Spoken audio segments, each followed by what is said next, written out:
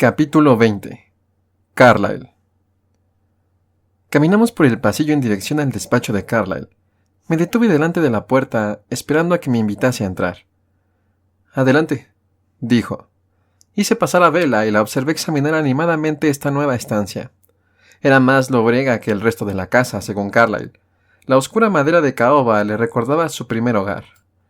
Ella recorrió las hileras e hileras de libros con la mirada.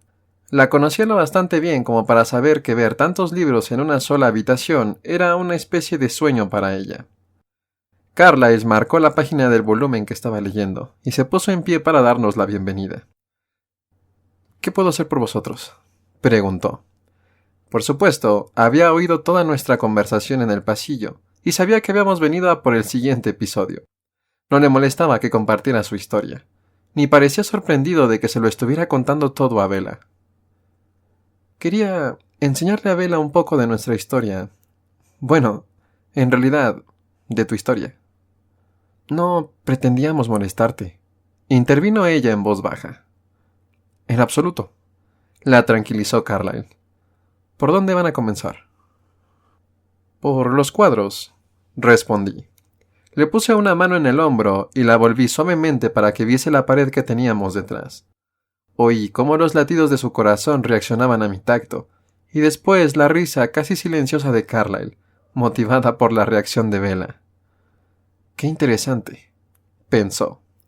Los ojos de Bella se abrieron como platos al ver aquella pared repleta de pinturas en el despacho de Carlyle. Supuse que, para alguien que la estuviera viendo por primera vez, podía resultar desconcertante. Había 73 piezas de distintos tamaños, colores y técnicas, dispuestas una junto a la otra como un rompecabezas del tamaño de una pared, formado tan solo por piezas rectangulares. No lograba detener la mirada en un solo punto. La cogí de la mano y la llevé al principio. Carlyle nos siguió, como si se tratase de la página de un libro. La historia empezaba en el extremo izquierdo. No era una obra ostentosa, sino monocromática y parecida a un mapa. De hecho, era parte de un mapa pintado a mano por un cartógrafo aficionado, uno de los pocos originales que había sobrevivido al paso de los siglos. Ella frunció el ceño.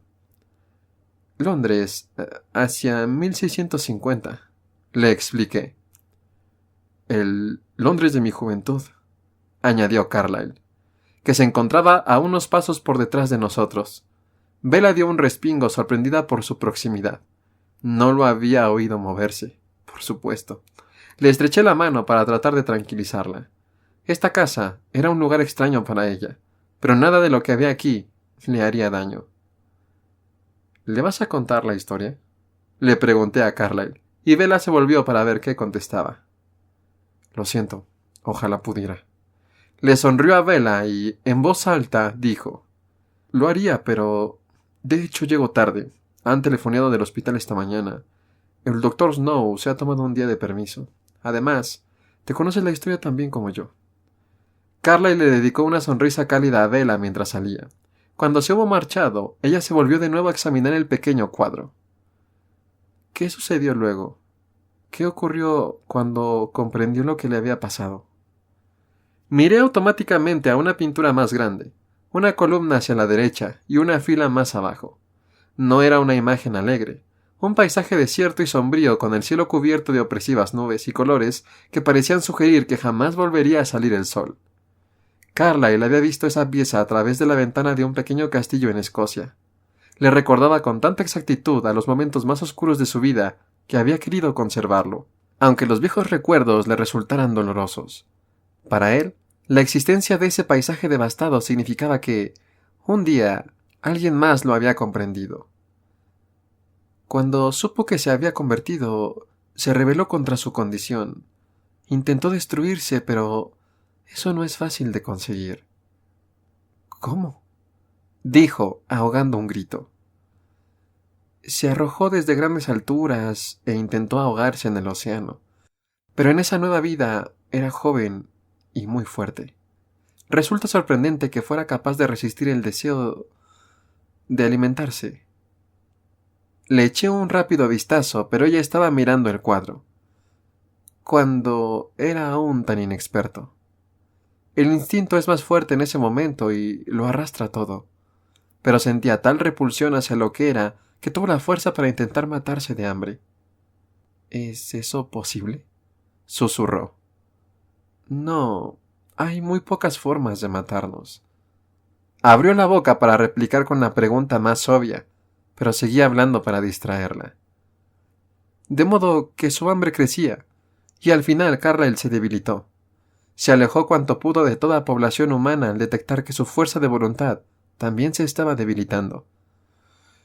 Durante meses estuvo vagabundeando de noche en busca de los lugares más solitarios, maldiciéndose. Describí la noche en que Carlyle encontró otra forma de vivir, el compromiso con la sangre de los animales y su recuperación hasta convertirse en una criatura racional. Luego le conté cuando partió hacia el continente. ¿Nadó hasta Francia?, me interrumpió, incrédula. Bella, la gente siempre ha cruzado a nado el canal, apunté. Supongo que es cierto, solo que sonaba raro en ese contexto. Continúa. Nadar es fácil para nosotros. Todo es fácil para ti, protestó. Le sonreí. Quería estar seguro de que había terminado. Ella frunció el ceño. No volveré a interrumpirte otra vez, lo prometo, añadió. Ensanché mi sonrisa. Ya sabía cómo reaccionaría a lo siguiente. Es fácil porque, técnicamente, no necesitamos respirar. Tú... Me eché a reír y le puse un dedo en los labios. No, lo has prometido. ¿Quieres oír la historia o no? No me puedes soltar algo así y esperar que no diga nada, protestó, moviendo los labios contra mi dedo. Bajé la mano y la posé en un lado de su cuello. ¿No necesitas respirar? Me encogí de hombros.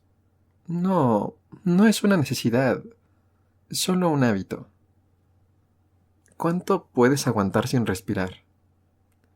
Supongo que indefinidamente, no lo sé.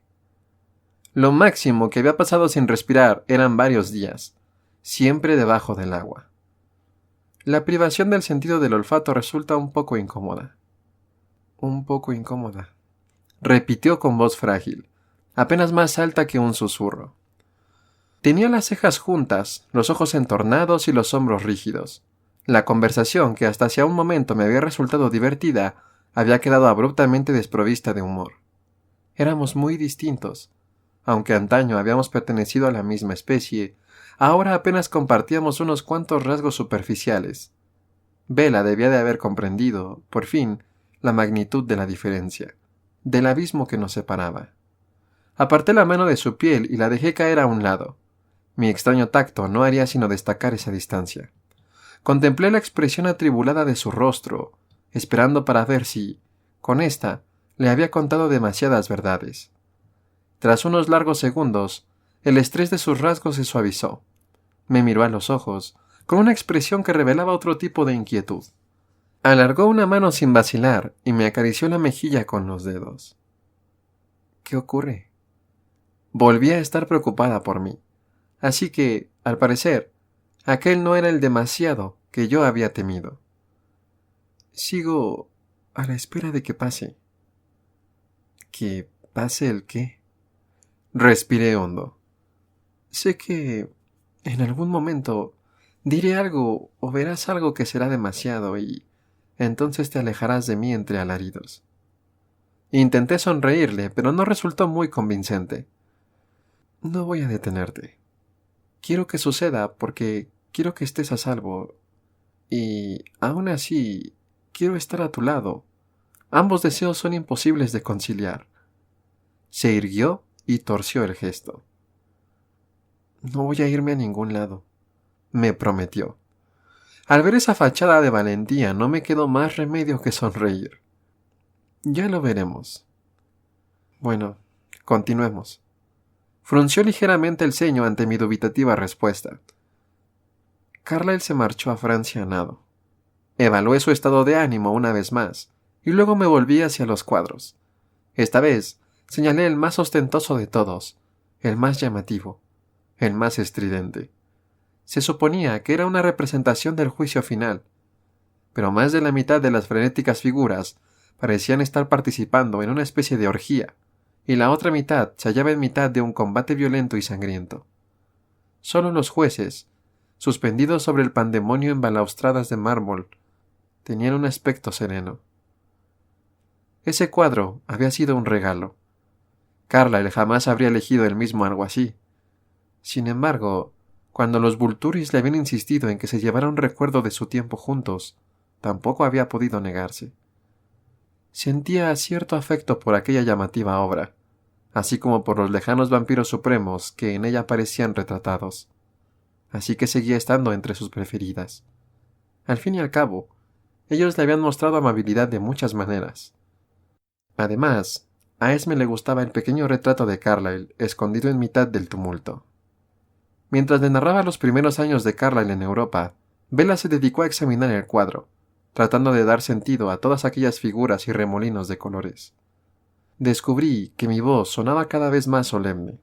Era difícil pensar en la cruzada que Carlyle había emprendido para someter su propia naturaleza, para convertirse en una bendición para la humanidad en lugar de un parásito, sin volver a sentir todo el asombro que su travesía merecía. Siempre había envidiado el perfecto control de Carlyle, pero, a la vez, había creído que para mí era imposible duplicarlo. Ahora me daba cuenta de que había elegido el camino de la pereza, el camino del mínimo esfuerzo. Lo admiraba profundamente, pero jamás me había esmerado por ser más como él. Este curso acelerado de resistencia que Bella me estaba enseñando tal vez habría sido menos peligroso si yo hubiese trabajado más en mejorar durante las últimas 7 décadas. Bella me estaba mirando. Señalé la escena que teníamos delante para que volviera a centrar su atención en la historia. Estaba estudiando en Italia cuando descubrió que allí había otros. Eran mucho más civilizados y cultos que los espectros de las alcantarillas londinenses. Se concentró en el cuadro que yo le señalaba y de pronto se rió perpleja. Había descubierto a Carlyle, pese a que lo habían pintado ataviado con una especie de túnica. Los amigos de Carlyle fueron una gran fuente de inspiración para Francesco Solimena. A menudo los representaba como dioses: Aro, Marco, Cayo. Los fui señalando a medida que los nombraba. Los patrones nocturnos de las artes. Acercó un dedo al lienzo, pero entonces vaciló. ¿Qué fue de ellos? Aún están ahí, como llevan estando desde hace quién sabe cuántos milenios. Carlyle solo estuvo entre ellos por un breve lapso de tiempo, apenas unas décadas. Admiraba profundamente su amabilidad y su refinamiento, pero resistieron en su intento de curarle de aquella aversión a su fuente natural de alimentación. Ellos intentaron persuadirle y él a ellos, en vano. Llegados a ese punto, Carlyle decidió probar suerte en el nuevo mundo. Soñaba con hallar a otros como él. Ya sabes, estaba muy solo. Narré solamente por encima las décadas siguientes, en las que Carlyle batalló con su propio aislamiento y empezó por fin a pensar en tomar medidas. La historia se fue volviendo más personal y también más repetitiva. Ya le había contado una parte. Carlyle me había encontrado en mi lecho de muerte y había tomado la decisión que cambiaría mi destino. Y ahora esa decisión estaba afectando también al destino de Bella. Y es así como se cerró el círculo.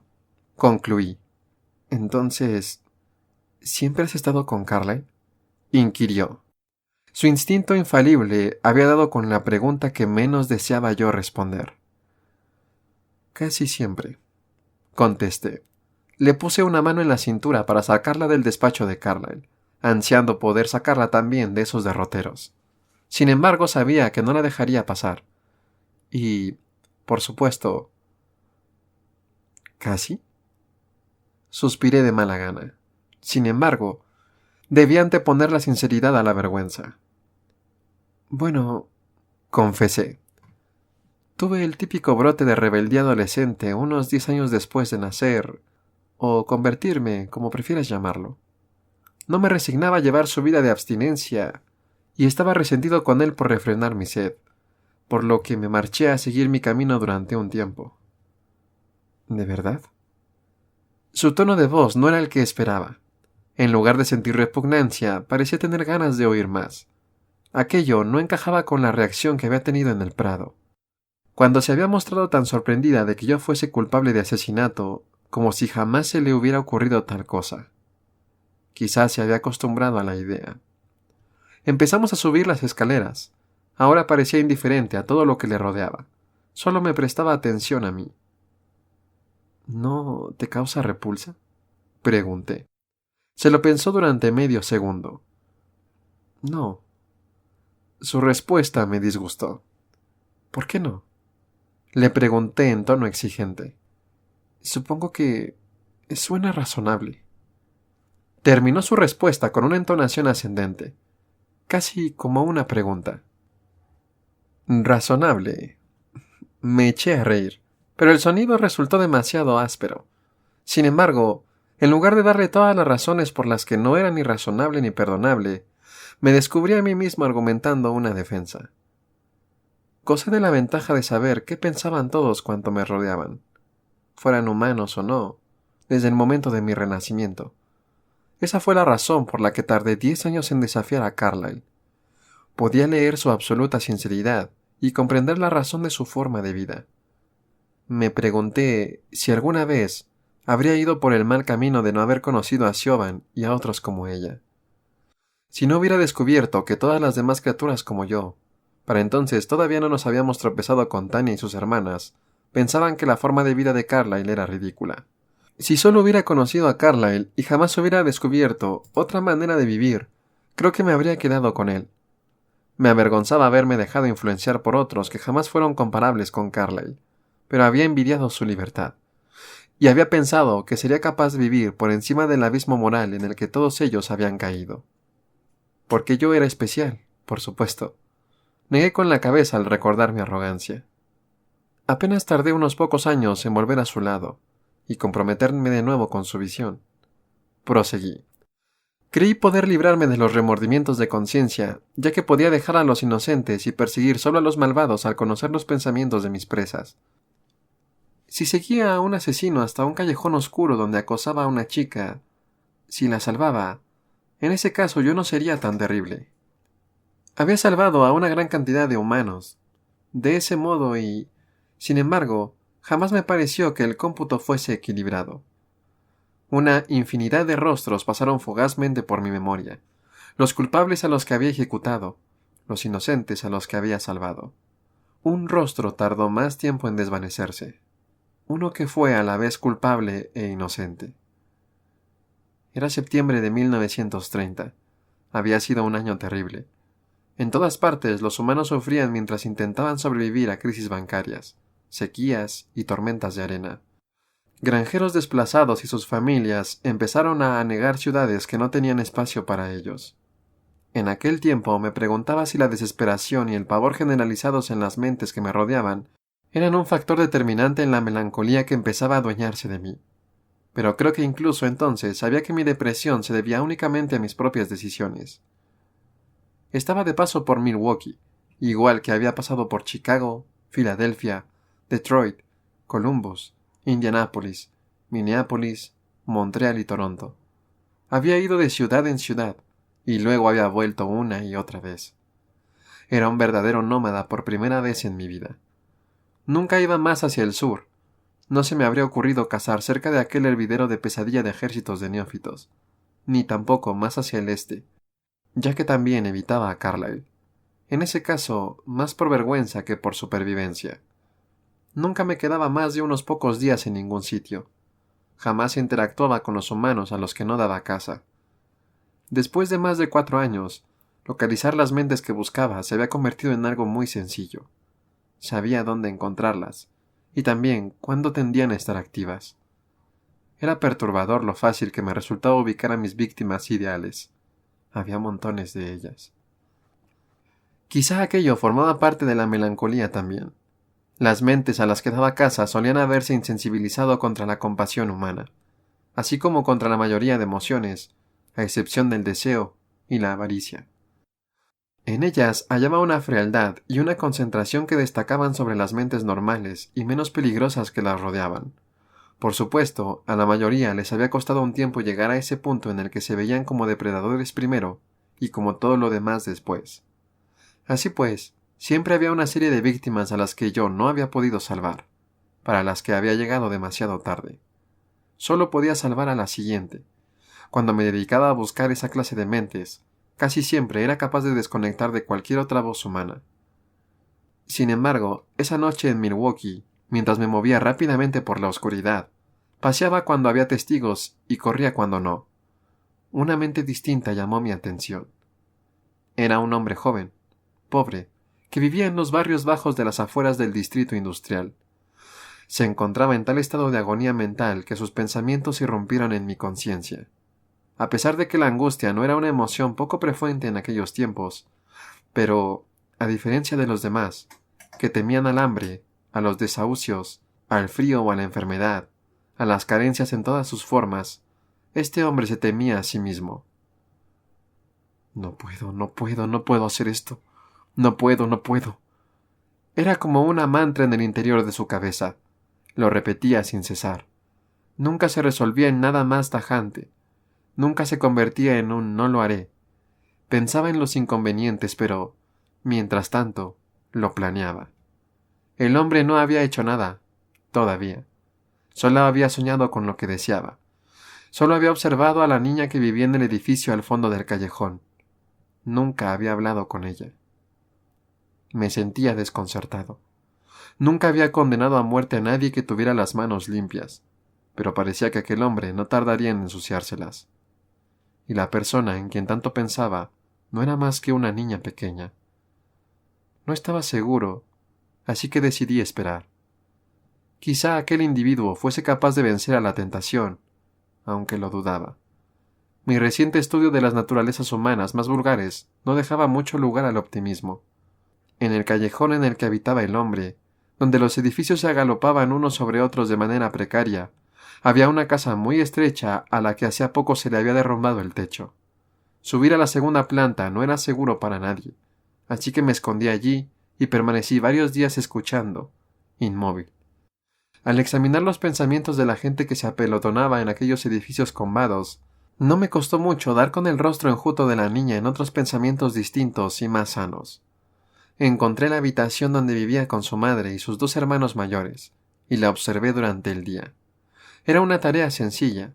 Solo tenía 5 o 6 años, así que nunca se alejaba demasiado. Su madre la llamaba cuando correteaba lejos de su vista. Se llamaba Betty. El hombre también la observaba cuando no estaba rastreando las calles en busca de un trabajo para la jornada, pero durante el día siempre mantenía las distancias. Era por la noche cuando se detenía junto a su ventana, escondido entre las sombras, mientras una única vela iluminaba la habitación de la familia. Aprendió a qué hora se extinguía la vela y localizó la ubicación de la cama de la niña. Un simple colchón relleno de papeles de periódico bajo la ventana abierta.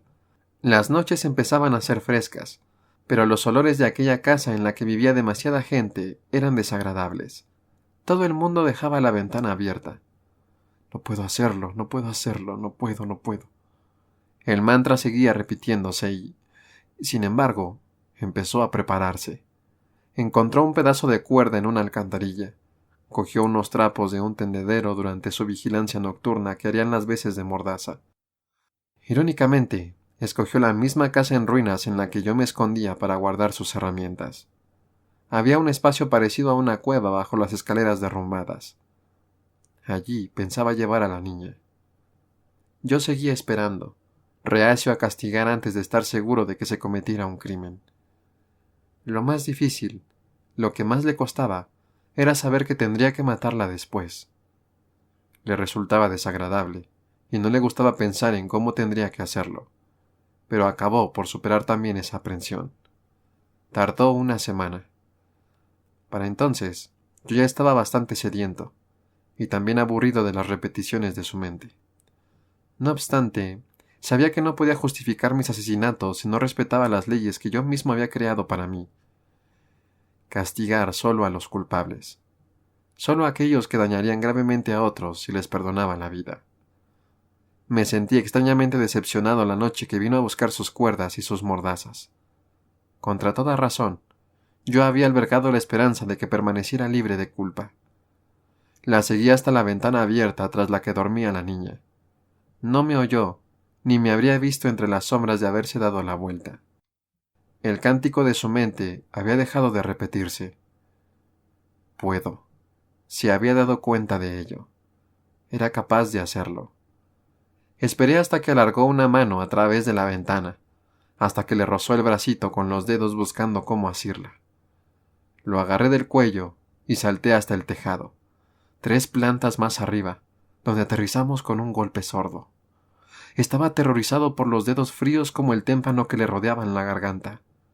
Por supuesto, desorientado por ese vuelo repentino a través del aire, confundido por lo que sucedía, pero cuando le di la vuelta para encararme a él, de algún modo lo comprendió.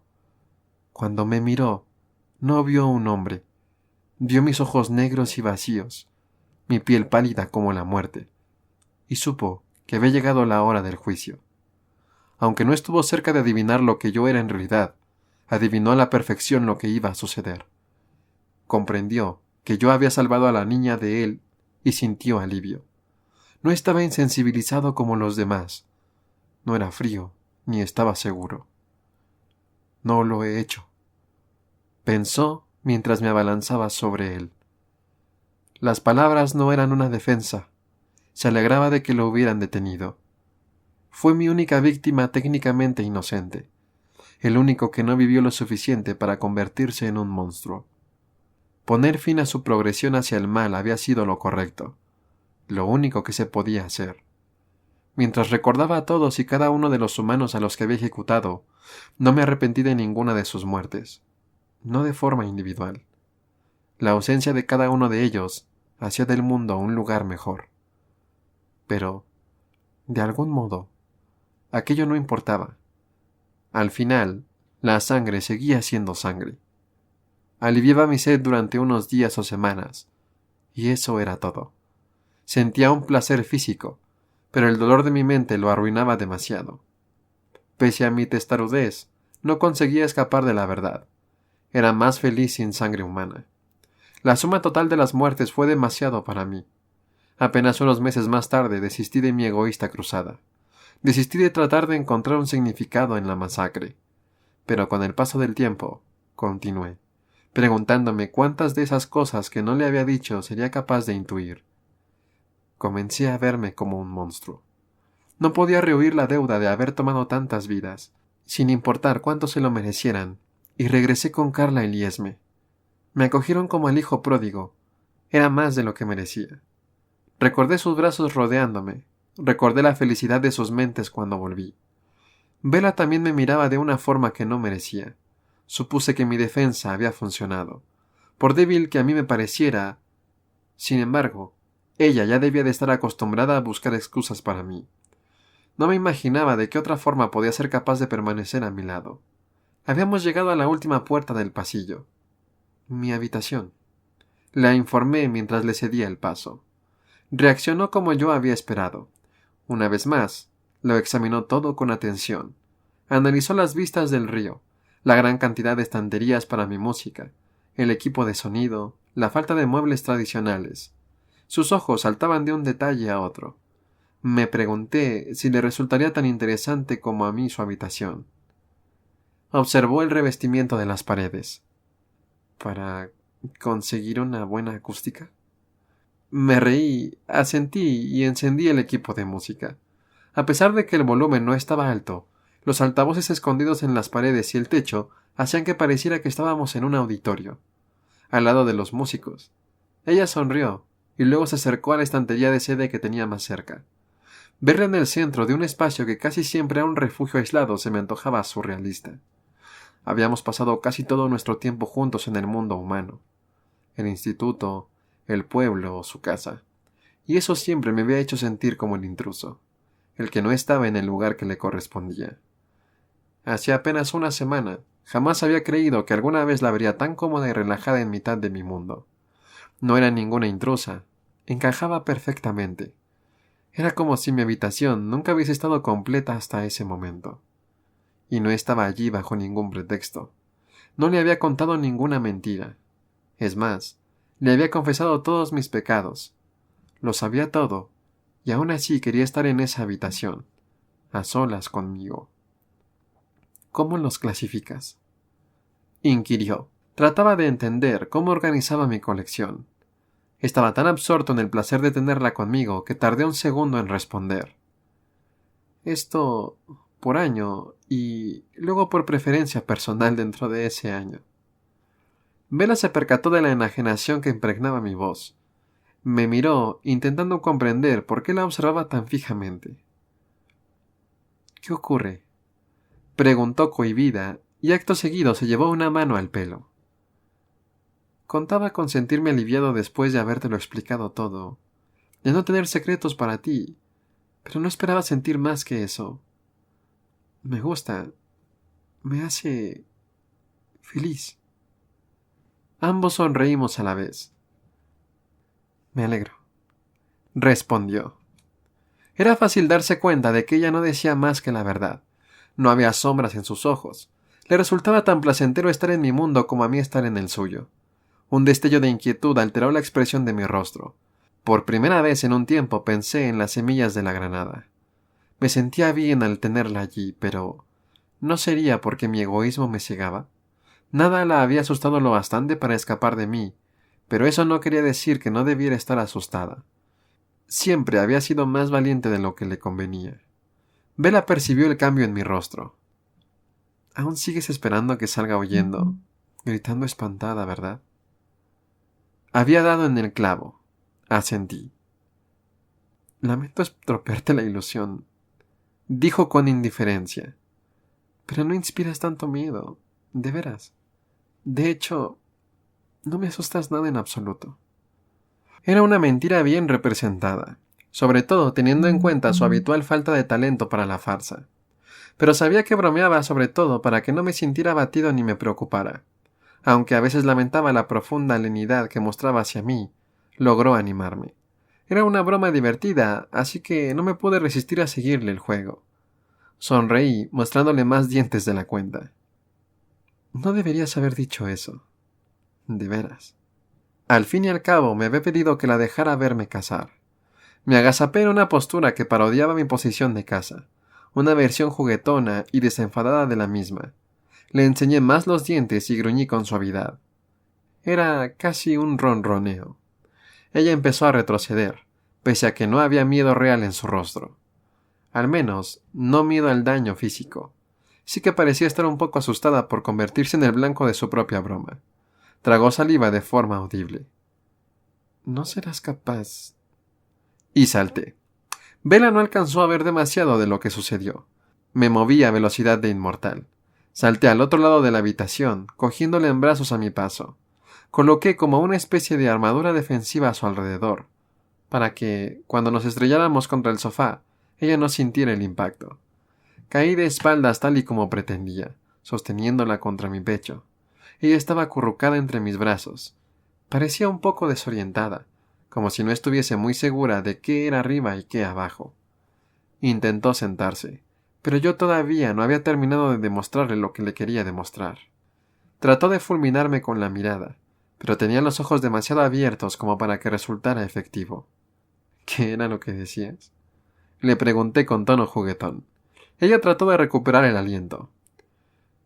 «Que eres un monstruo realmente aterrador». Le sonreí. Mucho mejor. Alice y Jasper estaban subiendo las escaleras. Oía las ganas que Alice tenía de invitarnos a algo. También sentía mucha curiosidad por esos sonidos de lucha que provenían de mi habitación. No me había estado vigilando, así que ahora solo veía lo que se encontraría cuando llegase. La forma en la que habíamos acabado así ya estaba en el pasado. Bella todavía estaba intentando liberarse.